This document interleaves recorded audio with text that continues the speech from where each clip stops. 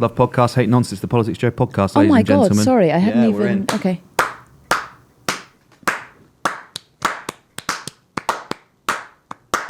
I'll give myself tinnitus with that clap. Yeah? That can't be good.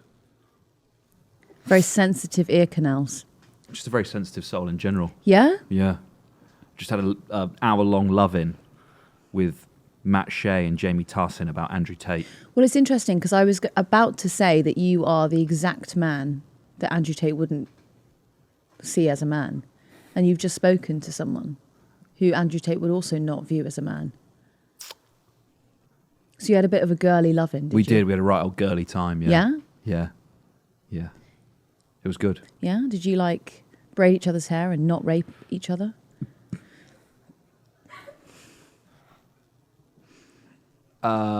We did the second part, not the first part.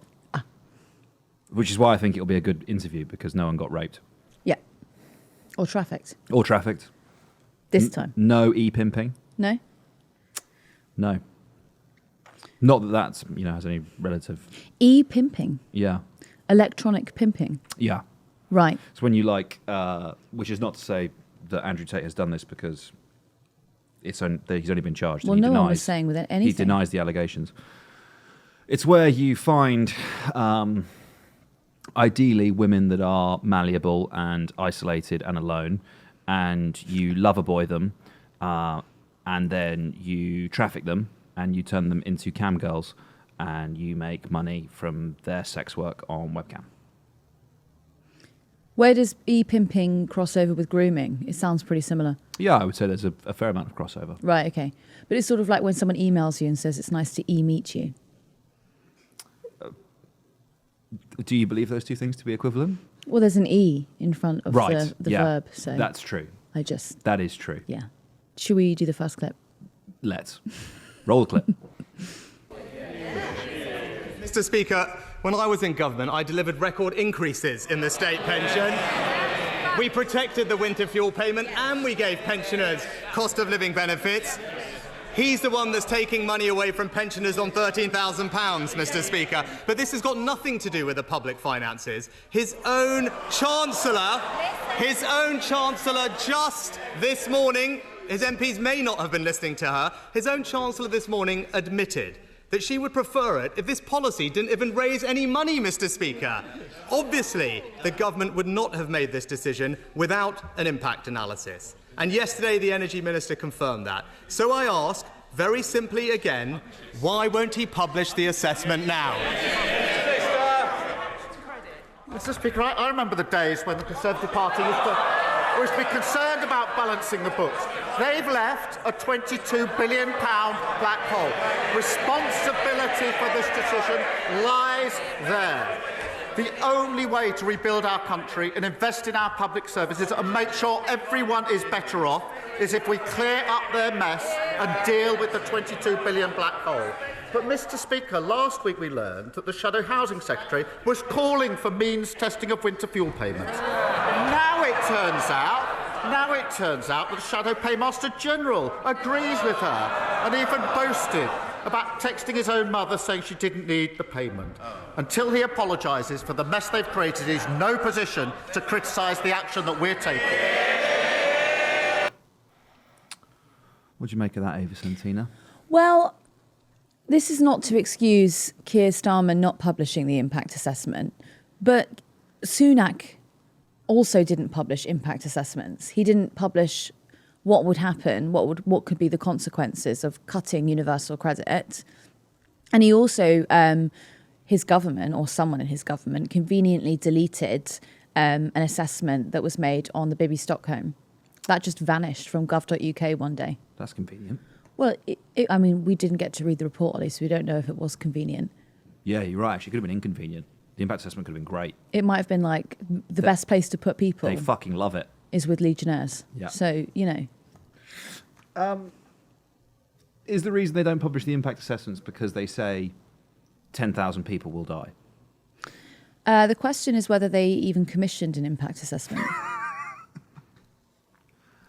Do you think that's what they're asking? Are they asking to say, why won't you publish it? Because it's a gotcha of, you haven't done it, you can't publish it because you don't have it. And I'm trying to get you to admit that. Or is it I want you to publish it because I want you to be outed publicly as having signed off on killing 5,000 pensioners. Yeah, presumably within Either or is great. Yeah, if an impact assessment was done and it's anything similar to what a few charities have come up with, the estimation would be that 4,000 people would die, which, if you are into politicking, could be good fodder against your opposition. But yeah. All hypotheticals, though, isn't it? Yeah, what is it? What's the quote? It's a really famous quote. Is it one dead pensioner is a tragedy, 4,000 dead pensioners is a statistic? Is that the quote? I think that's Mao, isn't it? Oh, is it? Yeah, I think that's what Mao said. It could have. You wouldn't believe how much crossover there is between the Unabomber and Javier Milei. Sorry. Right. Okay. That was me thinking it was the PMQs episode. Sorry. No, go on. Suits me to the ground. We can actually do have come to back be to tight. that. We'll come back to that on the next episode that What? we do together. On the next episode that we do together, let's do Who Said This, Milei or the Unabomber. Or Uncle Ted. Yeah. Sure. Who should have been hot? Do you ever think that? What? Doesn't matter. When we discovered what the Unabomber looked like, It was a shock, yeah. because you would have... Were you even alive at the time? I don't think, were you thinking about who is hot and who isn't when the Unabomber was arrested? But nonetheless, when you found out about the Unabomber and you looked up or saw Yeah. what I thought the picture Senor was wrong. Kaczynski looked like, you think... right. What should he have looked like? Should we come back to it? No. We're dealing with this now. What should he have looked like? Well, he was a man who thought a lot and worked in the pastoral. So I thought that he'd be quite... Rugged. Yeah. And like big and... But he wasn't. No. No. That's it. Well, that was, disappointing. But we can come back to it. Maybe we should come back to it. I think it'd be a good game. Oh, yeah. Not the act. Sorry, who said it? Milei or Not Kaczynski? Yeah. posting bombs to people. No. That would be a bad game. Yeah, I'm just thinking pure manifestos. Right. Yeah. Okay. Cool. I look forward to that. You want to do another clip? Yeah, right. Let's do another clip. Nigel Farage. Thank you, Mr. Speaker. Yesterday we witnessed some extraordinary celebratory scenes outside Britain's prisons where, in some cases, serious career criminals were released. And this to make way for, yes, rioters, but equally those who've said unpleasant things on Facebook and elsewhere on social media. Does the Prime Minister understand? There is a growing feeling of anger in this country that we are living through two-tier policing and a two-tier justice system. I'm angry to be put in a position of having to release people who should be in prison because the last government broke the prison system. And the Prime Minister was repeatedly warned. He had his own release scheme. He was repeatedly warned that he had to adopt the scheme that we put in place. The former Justice Minister said if we don't do it, we'll have to get down on our knees and pray. The police chiefs made it absolutely clear in a letter to him before the election that he needed to take action, saying that they wouldn't be able to discharge their duties and saying the risk was loss of an ability to detain suspects. That means, Mr. Speaker, an inability to arrest people committing offences. That's how bad it was. And they warned the Leader of the Opposition that further delays until after the general election will increase the risk significantly. What did he do? He delayed and increased the risks. Can I ask a question? In a moment. Mm-hmm. Really looks like someone pissed in Rachel Reeves' cornflakes. She doesn't look particularly happy today, does she? No, she looked fuming. Anyway, yes, please ask your question. Do you think that we included that because Nigel Farage said it or because it was a particularly good question or interesting point to make? Because I actually think it wasn't that interesting. What, two-tier care? Yeah. I think it's interesting. We've heard it before. We have heard it before. We've heard winter fuel payment before. This is the rigmarole, Ava. This is the game. This is the game that we all play. We dance around. Are we all not players? The world's a stage. Are we all not dancing? I'm dancing. Fucking, you saw it.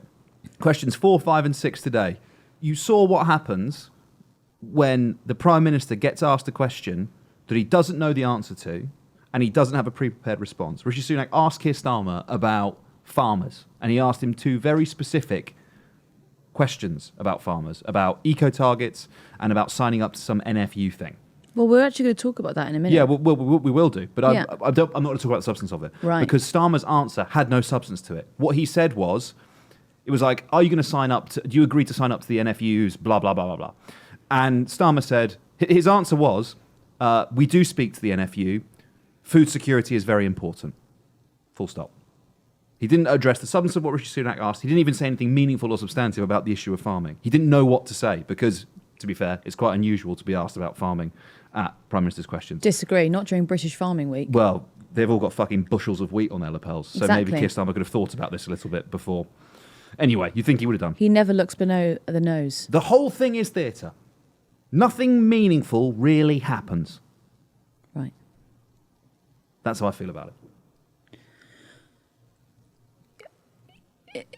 Yeah. Should we just go home?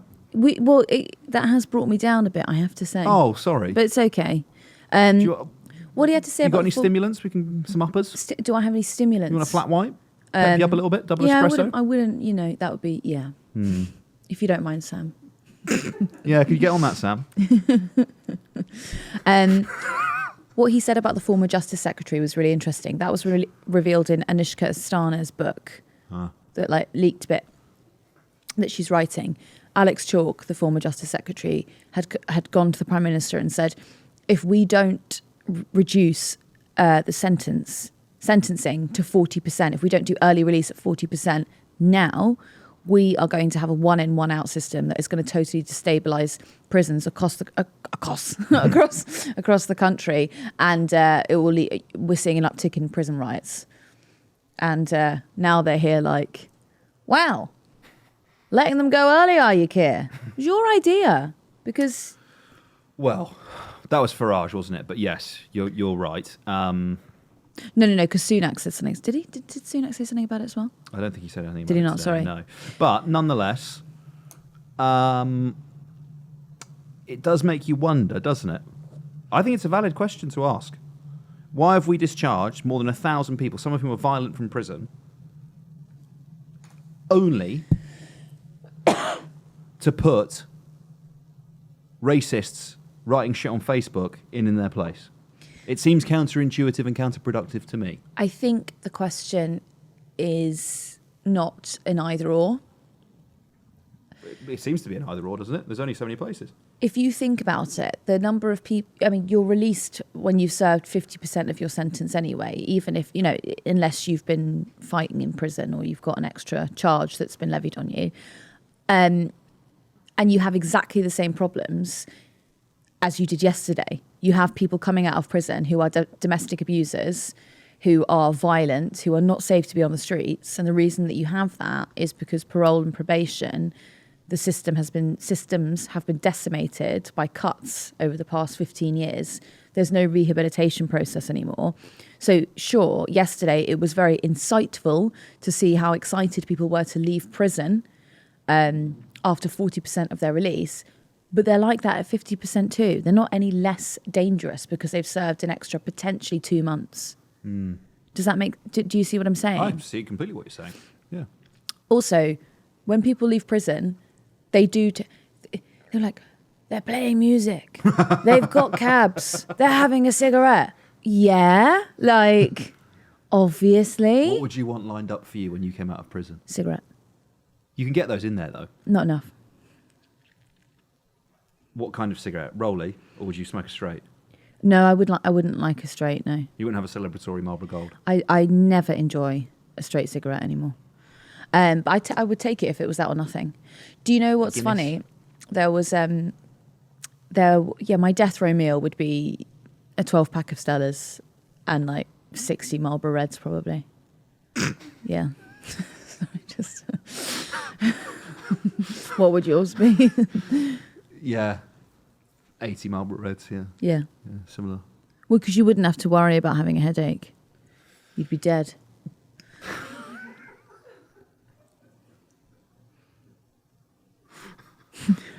Some unreal takes on this episode.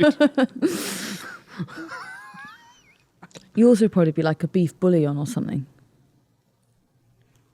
What would my death row meal be? Yeah, nice piece of beef. I knew it would be something fruity like that. I want an old, stinky piece of beef.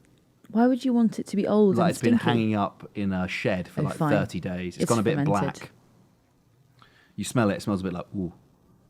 So, there's something a little bit suspicious. It's been smoked. No. No smoking. Then you throw it on like a desperately hot, like screamingly hot piece of metal. Yeah. Ideally heated by open fire. Mm-hmm. Bit of charcoal maybe. On the top. No, underneath. Underneath, Where the okay. fire is burning. You're not going tin foil, but charcoal on the top. No. Okay. Frites. Hollandaise. Yeah. And a nice red wine. Yeah, you would want a red wine with that, wouldn't you? Yeah. Goodbye. Like, where are you? Goodbye, cruel world. Thick or thin on the red wine? Full-bodied. Yeah. I'm a basic millennial man. I'd like a fruity, full-bodied red, please. Little Casiera del Diablo, yeah? Yeah, exactly. Yeah. A little Campo Viejo. Maybe a little 19 Crimes. Yeah. Yeah? Yeah, and then No jam shed. no jam shed, and then fucking strap me up and fucking flick that switch. I would be more frightened about being strapped up than I would be about the execution, because the strapping up would hurt my claustrophobia. Yeah. The actual execution. How would you like to be executed? Well, not with that shitty drug that they keep using in America that doesn't work. Yeah. But then I'm You're more of a firing squad purist. Yeah, but no, because what if his aim's off? Japan, they do it quite well, don't they? Go on. What do you like about the Was Japanese it Japan system? that was on Hoog the other week, Yeah. Sean? Yeah. It is, yeah. Yeah, okay, so there's 3 shooters, right? No, there's 3 guys who press the button, don't Yeah. they? Press the button, that's It's it. a noose. And so they don't know. Oh, it's a noose. Yeah, I don't And know. they don't tell you when you're going to be executed. Well, why would you want to know? So would you rather live every single one of your days from your sentence until the moment of your execution in perpetual fear that you may or may not be executed that day? But I don't see how that's different from America, because you get an execution date, but they might move it up or they might move it later. So it's actually not it's not too different. You know, there are people who've been on death row who've had like 4 last meals. Like, Yeah. if that were me and I'd smoked 60 Marlboro Reds, You wouldn't need to be 4 executed. Yeah. no need.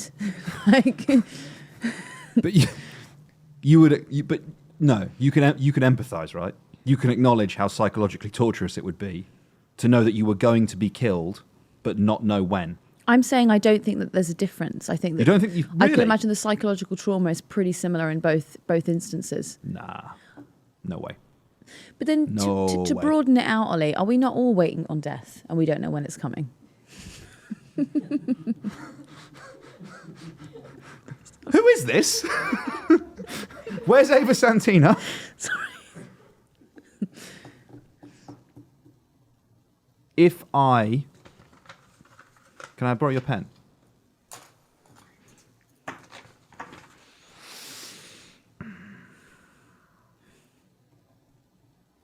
Just to narrate for the audio listener, Ollie is now writing on a piece of paper. I believe he's written down a date. He did it in full view, but he writes like a 5-year-old. So what am I doing? Within that piece of paper is the day. is the date on which you will die. Yeah. Would you like to open it or not? No. Interesting. We already... No, I can't say that.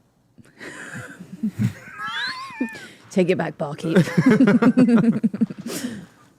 we have another clip? Yeah. Tessa Mount. Thank you, Mr. Speaker. Today is Back British Farming Day. The previous government let our farmers down and in their incompetence underspent the farming budget by £100 million. Will the Prime Minister deny rumours that his government plans to take advantage of the Conservatives' failure by removing that £100 million permanently? Farmers across the country want to know that the Prime Minister will increase the agriculture budget, as the Lib Dem manifesto proposed, to speed up the rollout of the new environmental land management schemes to support profitable, sustainable and nature-friendly farming. Well, I thank you for that question. It is a really important issue, and our rural communities were neglected by the previous government, and that's why confidence is at an all-time low. And what we will do is to protect farmers from being undercut in trade deals, make the supply chain work more fairly, and prevent shock rises in bills by switching to GB energy. We won't preempt the budget in relation to this, but we will put the support in place. Thank you. So on our piece of paper, it just says munt farming. Yeah. That's later. Which raises questions about what is a munt and how does one farm it? Well, you just heard munt. She's munt. She's munt. Yeah. Not to be confused with mulch. No. Definitely not. Definitely not. Farming because it's British Farming Week. That's why they've all got bushels of wheat. Sheaths of wheat. What is it? Are they wheat sheaths or sheafs? Sheaf. I'm not sure. F. It's an F. Yeah. A sheath would be something that you put your wheat in. You put your sheaf in your sheath. Are you joking? No, you wouldn't do that. If there was a sheath, Right. that would be something that a wheat sheath would be something that you put your wheat inside. But it's a wheat sheaf. And when did they stop using sheaths? I don't think they ever had them. That would have taken ages to gather wheat like that. I'm sure it would.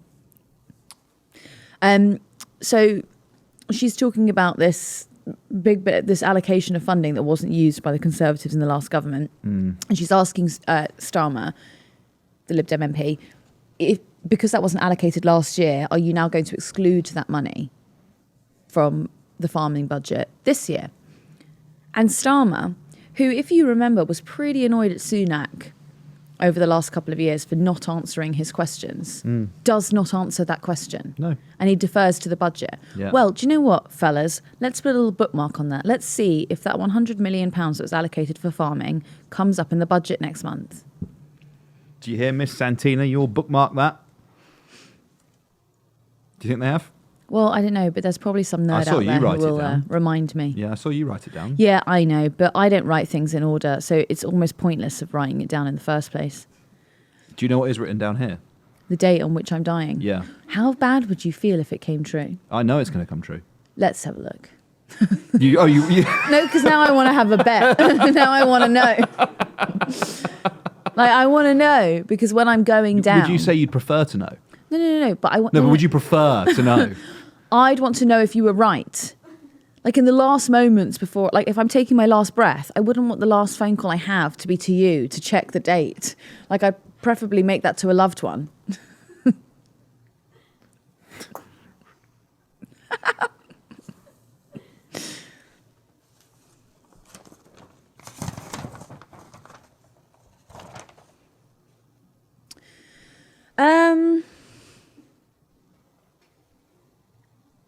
How old will I be then? You tell me. I can't work it out. I can't work it out.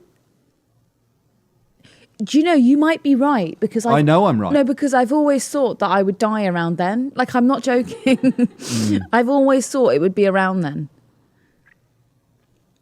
I thought it would be a couple of years before that. Did you? Yeah, I did. So you're glad to have a couple extra years? Well, I don't know. Do you enjoy the certainty of knowing that you'll have a couple extra years? Well, I mean, at the moment, that still feels like I've got a bit of time there, and it's still like good years, you know? What do you think are your best years? What are my best years? Have I had my best years? Yeah. Yes, you're saying I have. No, I'm asking. That's the question I'm asking. Well, I don't know. I don't know. How do you know you've had your best year until you've had all the years and then you can compare and contrast? I think the worst year was probably 27. Okay. How about you? What was my best year? Oh, no, I was going for worst.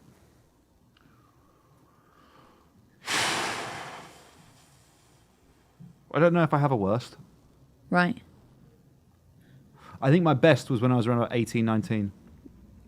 Okay. I think I've declined dramatically since then. It wasn't your... Okay. Do you know what I mean? Right. I think, like, from a personal perspective, like me as a person, I think I was at my most cognitively capable when I was about 18 years old. I was terrible at 18. I think I knew the most then. What, relative? Yeah.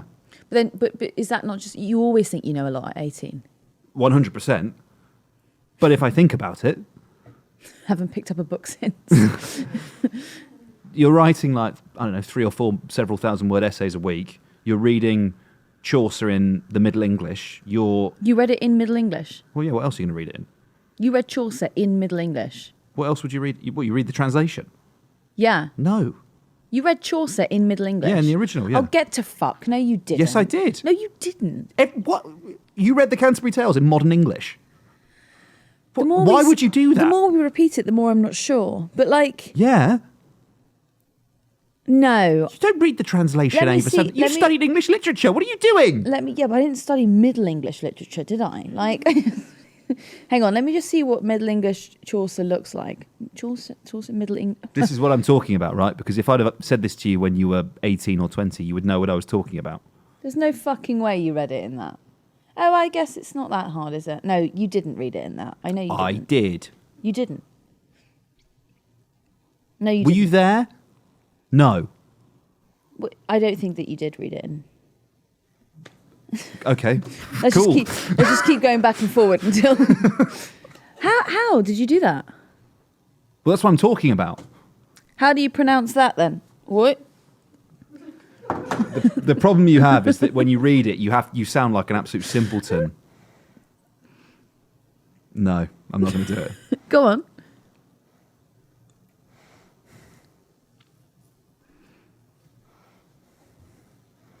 Go on.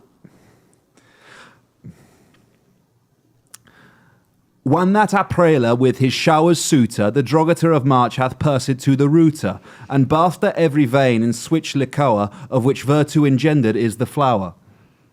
So what happened there? Well, that's my point. I don't understand it now. Right. You lost your... Oh, so at 18 you did? Yes. And now you don't? Yes. Well, at least, I don't know, you've got a baby, I guess? That's the trade-off? Thank you. This is a fucking train wreck of an episode. Shall we... There was something that I wanted to add in there, and I can't remember what it was. Go on. It's all right. Let's do another clip. Yeah? Yeah. Roll the clip. Mr. Speaker, international law is clear. Dropping £2,000 bombs on densely populated civilian areas is a crime. And it's beyond dispute that Israel has used F-35s to do exactly that. Yet the government has chosen to exempt F-35 components from the arms licence suspension, when all it had to do was say that Israel could not be the end user if UK manufactured parts were included. Last week, Mr. Speaker, the Prime Minister stood at that dispatch box and he said, we either comply with international law or we do not. That's right. Why has he chosen not to? Prime Minister. We are complying with international law. We've set out our reasoning, and I think all fair-minded members of the House would support the decision that we've taken. The most important thing now is that we get a ceasefire in place. That is one of the topics that I'll be discussing on Friday to ensure that the remaining hostages can come out, that aid that's desperately needed can go in, and we can start the process to a two-state solution, which is the only way to lasting peace. Yeah. There's never any progress when he answers questions on Israel-Gaza. I think he's been saying the same thing now. Well, no, he's changed his line since his immediate line. He has. Yeah. He's rowed back on. He's rowed back. Rowed back on cutting off Gaza from water He's rowed entirely. back on collective punishment. Yeah. Yes. That's the question of the F-35s. Why are we still selling... oh, you want to... No, please continue. No, go on. Well, so you agree with me then that it's all a fucking charade? Sorry, just to be clear, did you just interrupt me explaining that? To do that?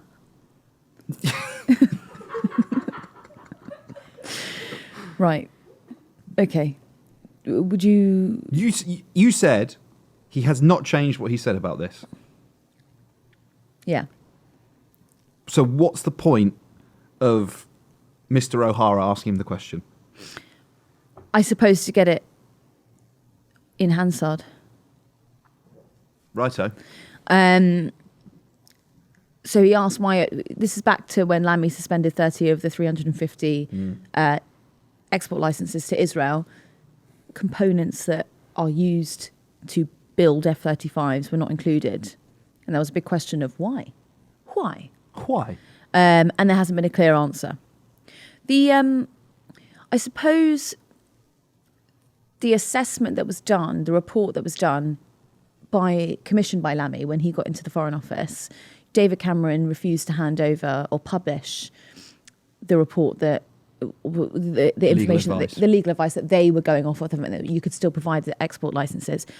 You wonder then why, when he gets into the Foreign Office, that information is not supplied. Would it really be a national security risk? Because you can say anything is a national security risk, can't you? In order to not publish it. The argument was it was a national security risk. I suppose that would be the argument.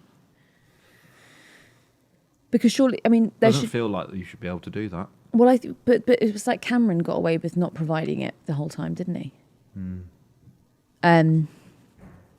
He had a pop in the Lords. You see him? He gave a little speech in the Lords. I think it was yesterday. What did he say? I didn't listen to any of it. I just saw he was there. Oh right, okay, which was cool. nice. I guess now he's the Lord of Chipping Norton. So I might go have a look at that. Being a Lord. Is he actually the Lord of Chipping Norton? Is that where he is? Yeah, he's the Lord Cameron of Chipping Norton. Oh God. Yeah, of course he is. Yeah.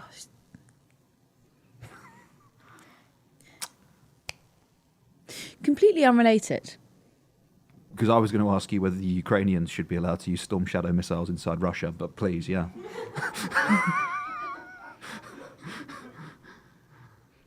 I was just going to say that I was once in Chipping Norton.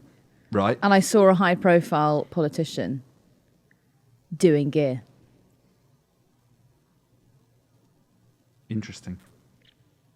Were you at a festival in Chipping Norton? Yeah. I used to go to Chipping Well, I Norton. didn't see it. You knew it happened. Someone else saw it and then I caught the end of it. Do you see what I'm saying? Yeah. Someone else was like, oh my God, that's so-and-so doing gear. And then when I turned around, there was a wipe. So it's not certain enough for me to name because I didn't actually see the substance. But the wipe to me... What gear was it? Well, I don't know. I didn't see it. Yeah, I used to go... I think my sister had ballet lessons in Chipping Norton. Really? Is that that close to it? No, not really. It's about an hour away from where I'm from, but I guess maybe there was a great ballet teacher. I don't know. Okay. You used to drive an hour to take your sister to ballet? I learned to drive like a year ago over Santino. No, about your family. So when your I family... think I was about 6. I wasn't interrogating the economics of the decision. No, you were at home reading Middle English. Yes, I was reading Chaucer in the original Middle English. Yeah, okay.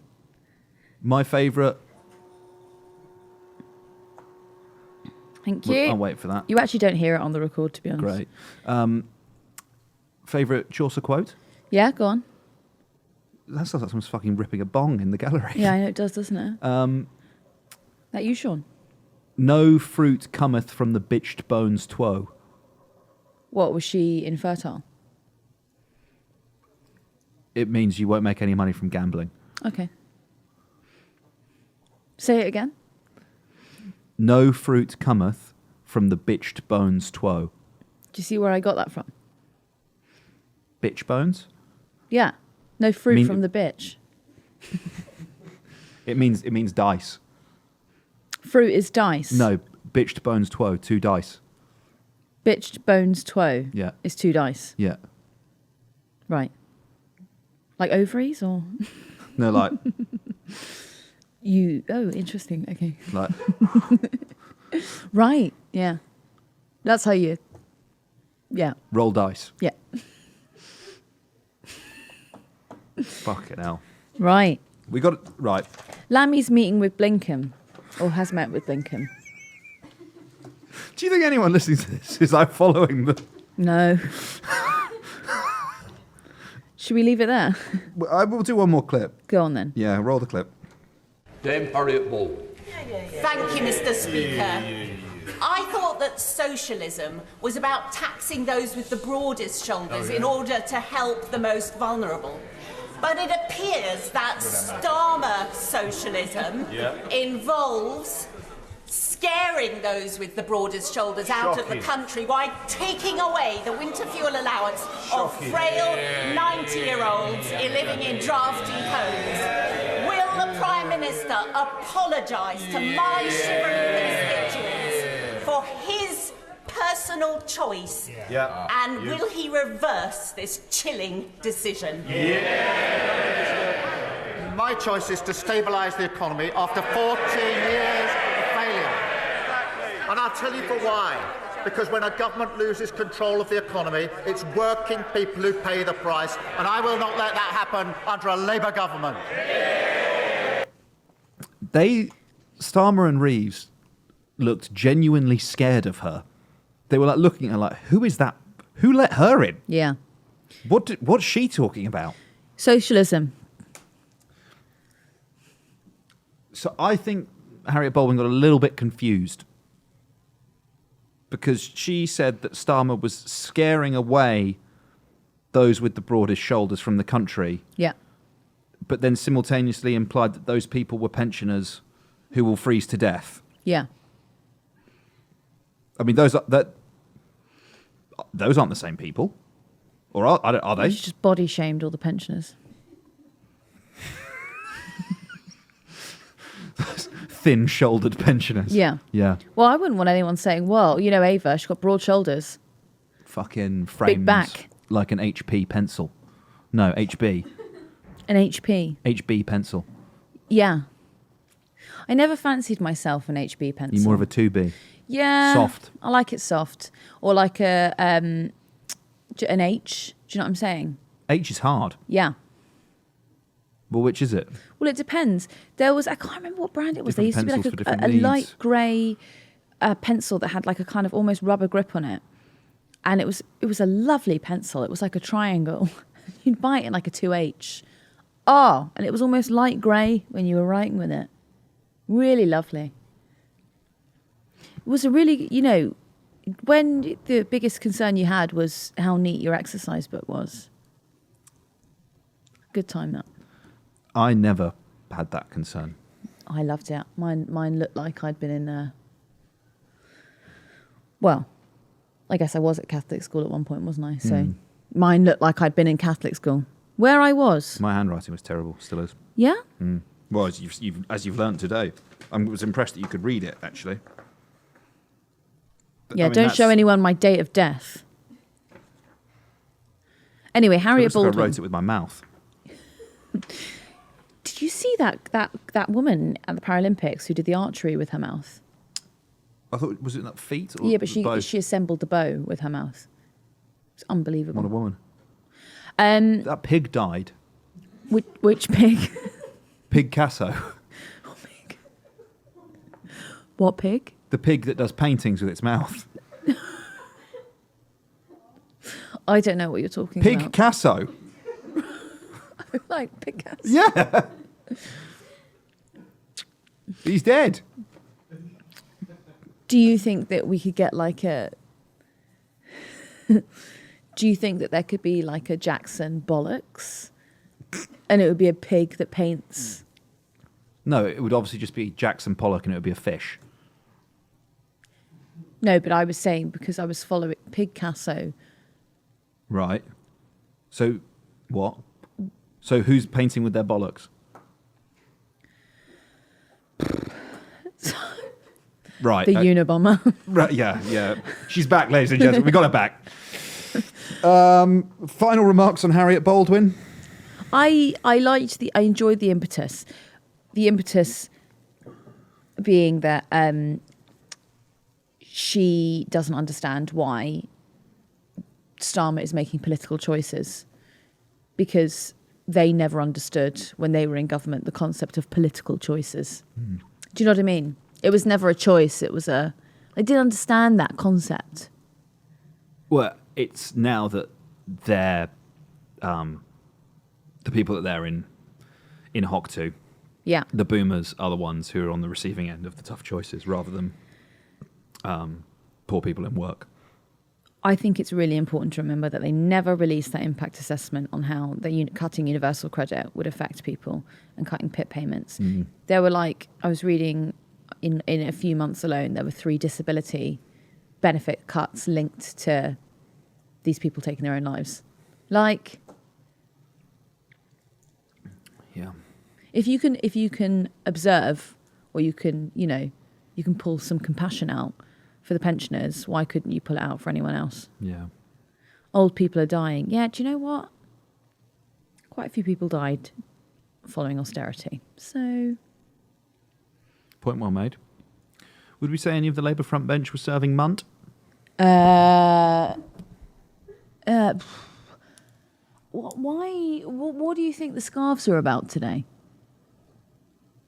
Bring your scarf to work day? Do you think it was that? Is that what it is? The temperature's dropped, hasn't it? I guess the temperature has cold this morning on the dropped. way in. I regretted walking in a T-shirt. You've only brought a T-shirt today. I've got a jumper in my bag. I might break it out, but it's warmer now. The sun's out. The day has warmed. There isn't a lot of There's not a lot of backing of British farming on the front bench, is there? No. Yvette's is obscured by her scarf. Rachel might have one under there. Well, yeah, she's Schrodinger's sheath, isn't she? Sheaf. I have a 2:00. Oh, it's 2:00 now. I know. Do you not want to finish going through who is and isn't wearing a sheath on the front bench? Well, I asked you who's serving Munt. I didn't ask you who's wearing a sheath. Is that Hilary Benn on the end? Yeah, it is. No. Fucking what the hell. fuck? No, it's not. Why do you think that's Hilary Benn? Oh, it looks a bit like Hilary Benn. Is that Hilary? That's not Hilary Benn. I think it is Hilary Benn. There's no way that's Hilary Benn. I think it is. No. Well, who is it then? I tell you what, if it is Hilary Benn, then I die on that date. No, you are going to die on this date. Okay. So that is Hilary Benn. Yeah. Right. I'm right on both counts. Right. Podcast adjourned. Au revoir.